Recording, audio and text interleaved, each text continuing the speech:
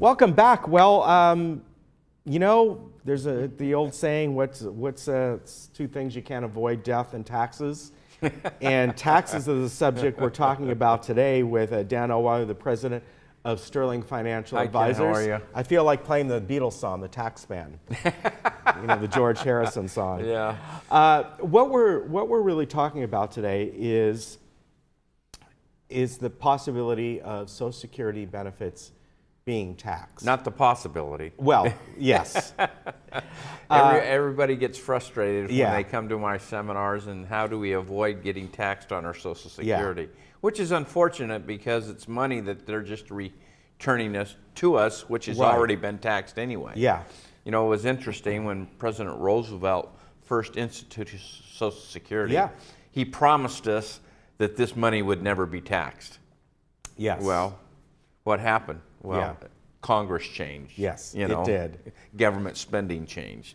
So in what scenario are Social Security benefits Well, taxed? the problem with the Social Security taxation situation is the basis of the amount of taxable income that's causing your Social Security to be taxed hasn't been indexed for inflation. So when they first started this in 1983, they started taxing half of our Social Security if you made over $25,000 as a single or $32,000 as a couple. Right. So if your taxable income was over that amount, then half of your Social Security was taxed.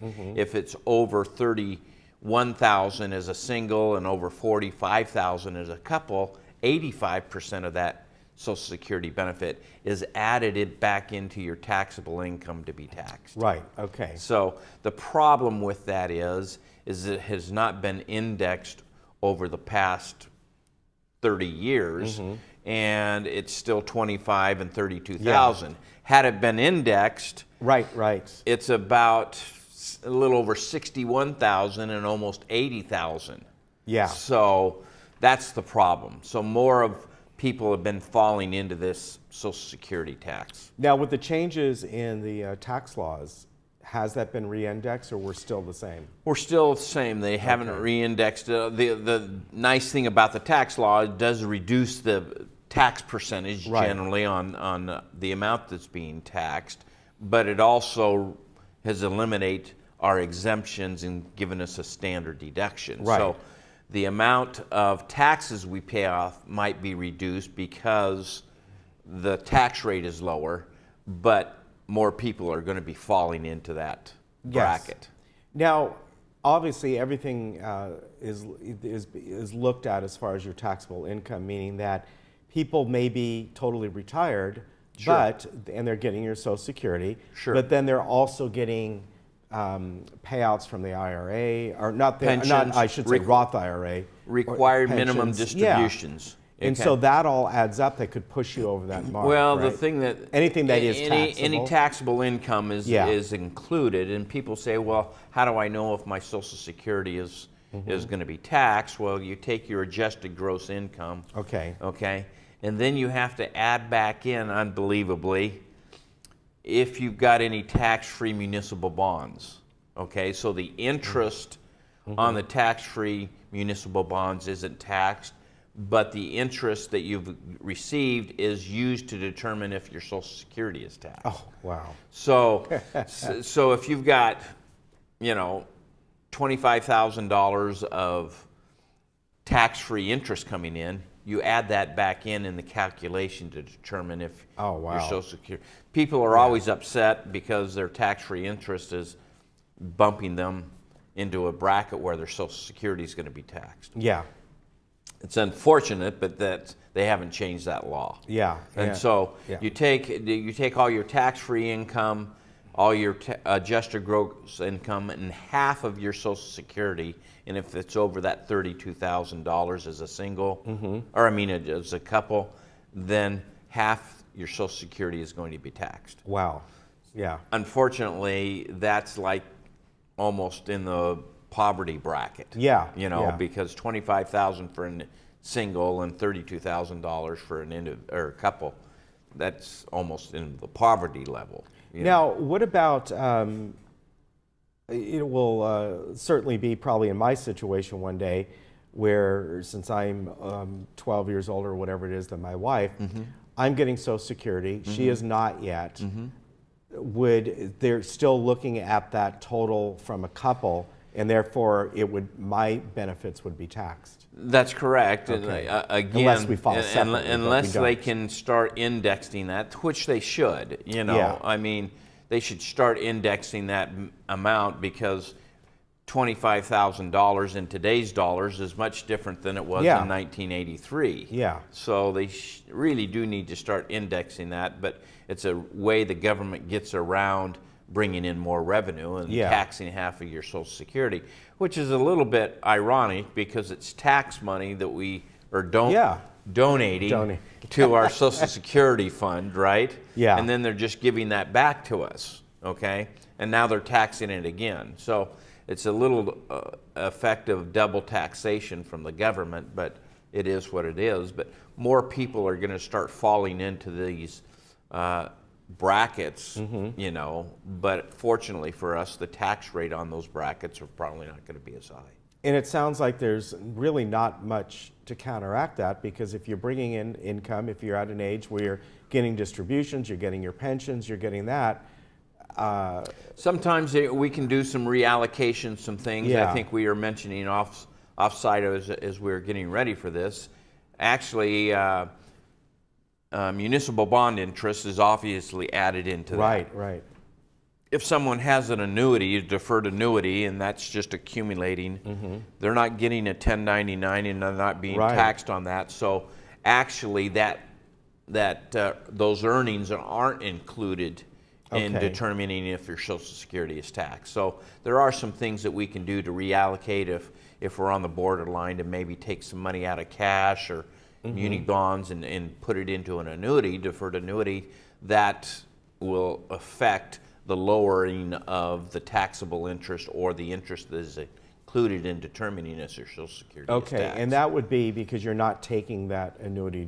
You're not taking income. If you take income from that, then it's obviously going to be taxed to you. But if you just want a safe place to accumulate money, I got money sitting in the bank. I had a guy in yesterday from Laguna Woods, and he says, I've got a lot of property and everything, and he had a substantial amount of property, and I said, how much do you have in the bank? And he says, well, $500,000, and he says, I'm getting 0.25% on that. So not only can you do better as far as a yield go, but it won't be included in your taxable income. And that way, maybe years down the road, when you start in the to lower drop tax bracket or something, whatever it might be.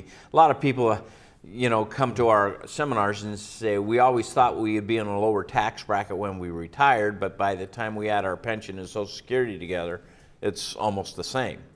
So you've got to be careful on how you go about doing the tax planning to make sure, it really does lower your income. And part of this too is, of course, when you begin to take your Social Security, if you can possibly hold off, you're going to, first of all, you're going to get more. That depends on your cash flow situation. We have people come in all the time that they want to have the desire to, full retirement age at 66 in 2/3 right now, and if I can wait till age 70, my benefit goes up 8% each year. Well, that's a nice benefit. The maximum benefit right now is right around $2,700 a month. If you can wait till age 30 or 70, that bumps up to like $3,400 a month. That's a big increase. So it's significant if they can wait. And if we take money out of our IRA or whatever it might be, so we can get to that point, it might be a better strategy to do that if we have other assets that we can pull down on in order to because an 8% return on our money is very good right now. And if we can do that, it's worthwhile planning for and being able to come up with a strategy that allows you to pull other assets out of there. And we do a lot of Social Security planning for clients and when to take it and when not to take it. Sometimes I've recommended some clients take it at age 62. They don't have any funds coming in or and if they draw down on their assets, they don't have enough assets. And, sometimes it makes sense to take it at age 62. And there's some people that are not they maybe retired early, so it might Sure. work for them, because if you keep working there, there's a stiffer penalty. Well, full retirement, 62 to, yeah, after full retirement, you Yeah. can work and it doesn't matter. But Yeah. from 62 to 66, if you start working, they do an offset dollar for dollar until a certain point. Yeah. You know, so, you know, the whole premise here is income planning. Yeah. You know, as we sit down and we do an analysis of people's income and what they have coming in versus what they need going out, it allows us to probably give them a little. We've done some studies where between the ages of 62 and 66, if you start taking it early, yes, it takes about 12 to 13 years to break even, you know, or 66 to age 70. You know, it takes about 12 to 13 years. So if you're going to live past 78, you're better off waiting. Okay, but you never know. Tell me when you're going to die, I'll tell you what to do, type of thing. We just don't know, but we have to make some assumptions when we do those projections and put our reports together for our clients. Is based upon these assumptions, this is what's going to happen. So when it gets to the taxation part, or having your benefits taxed, it's whatever taxable income. Adjusted gross income. Oh, adjusted. That's right. Because if you're in a municipal bond, right. Yeah, right. Is your adjusted gross income, okay, and then you have to add back in all your tax-free municipal bond interest just to determine whether or not your Social Security is taxed. So, all right. It's a way that the government gets you, you know, coming and going. Like you said, there are two things that are certain. Yeah. Death and taxes. Right. You know, so. You know, it's just a planning step that we want to take with our clients and saying these are our options. Most of the time, we don't have the option of whether or not your Social Security is taxed. Right. Just because the threshold is so low. Yeah. You know, if you're getting $2,500 a month from Social Security, that's $30,000 a year. Yeah. Well, if you're single, that's over the threshold anyway. And if you're married, your spouse is probably going to get Social Security, and you're probably going to be at $40,000 anyway. Right. So the unfortunate thing is it's really kind of a fact of life that Social Security is going to be taxed unless you just don't have any money. So let me clarify something. That threshold of $25,000 per individual. Right.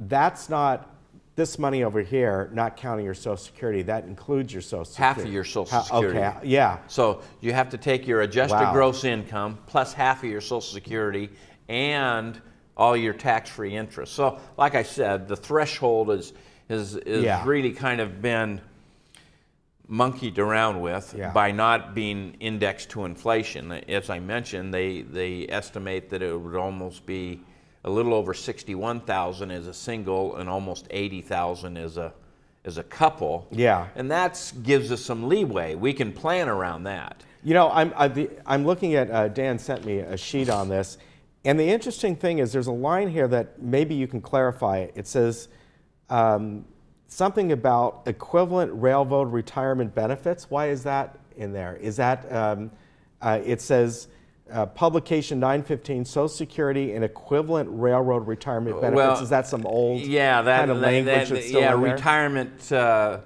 benefits are treated differently. Okay. Yeah. All right. Yeah. So it's interesting that you don't. I've never had somebody retire from the railroad. It's funny that language is still in there. But it's still in there. Yeah. You know, so they treated retirement railroads or retirement from railroads a little bit differently. All right. How many people are retiring from railroads these days? I don't know, not many. Well, good to see. I know you're going to be doing some seminars coming up. And we've got seminars going on. We're going to be doing some educational taping here. That's great. And so probably over the next couple of months, 3 or 4 months, we'll be doing some educational, just maybe using the whiteboard and some stuff like that. So all right, we'll be good. That'll be good. Done. So. Very good. Always good to see you, sir. Good to see you. And you can get a hold of Dan and his staff, his family that works with him at sterlingfa.com. That is the website, and the number is 949-859-8900. They're just right up in Mission Viejo. And if we do a complimentary consultation, if somebody wants to come in, we don't charge for just to kind of get to know you and see whether or not we can even be of help. Yeah, and I think you probably can, because this is a lot to go through, I'll tell you. Good to see you. Good to see you. Say hi to everyone All right. for me. We'll be right back. Yeah, look at that. I'm going.